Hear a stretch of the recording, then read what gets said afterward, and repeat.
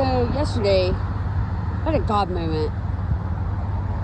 I'd gone into a place and, coming, walking out, I was told, I felt words of stop.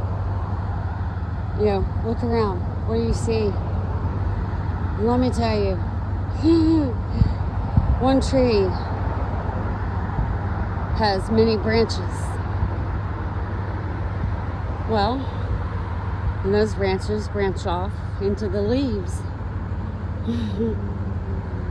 When I was there, I stopped, and the one we had interacted with was from Austria. And I realized, walking out, he had told me that, and then I was like, asked, what do you see? I was like, I see a bunch of people, different nations, different colors, but spirit doesn't see color.